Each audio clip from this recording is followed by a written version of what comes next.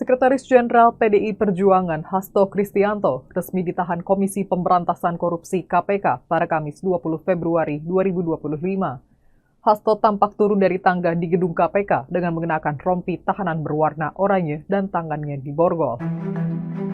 Hasto merupakan tersangka dalam kasus suap proses pergantian antara waktu anggota DPR RI Harun Masiku dan perintangan penyidikan. Sebelumnya, Hasto memenuhi panggilan Komisi Pemberantasan Korupsi untuk diperiksa sebagai tersangka terkait kasus suap proses PAW anggota DPR dan perintangan penyidikan. KPK menetapkan Hasto Kristianto sebagai tersangka dalam kasus suap terhadap Komisioner Komisi Pemilihan Umum KPU Wahyu Setiawan pada 24 Desember 2024. Selain itu, Hasto juga ditetapkan sebagai tersangka karena diduga merintangi penyidikan atau obstruction of justice dalam kasus Harun Masiku.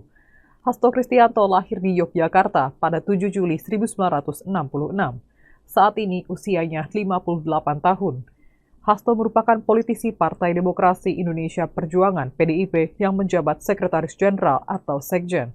Hasto mulai tertarik dengan politik sejak duduk di bangku SMA. Ketika SMA, Hasto Kristianto gemar membaca buku-buku politik. Ia sekolah di SMA Kolese de Brito, Yogyakarta.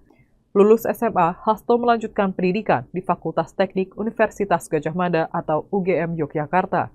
Semasa kuliah, Hasto juga aktif dalam organisasi kampus.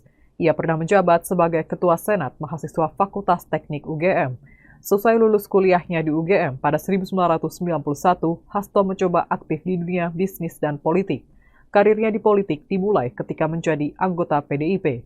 Pada 2002, Hasto Kristianto menjabat sebagai Wakil Sekretaris Bidang 2 Media Massa dan Penggalangan DPP PDIP.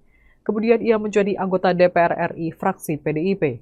Pada pemilu 2004, Hasto Kristianto terpilih sebagai anggota DPR dari daerah pemilihan Ngawi, Magetan, Ponorogo, Pacitan, dan Trenggalek, Jawa Timur. Download Tribun X sekarang, menghadirkan lokal menjadi Indonesia.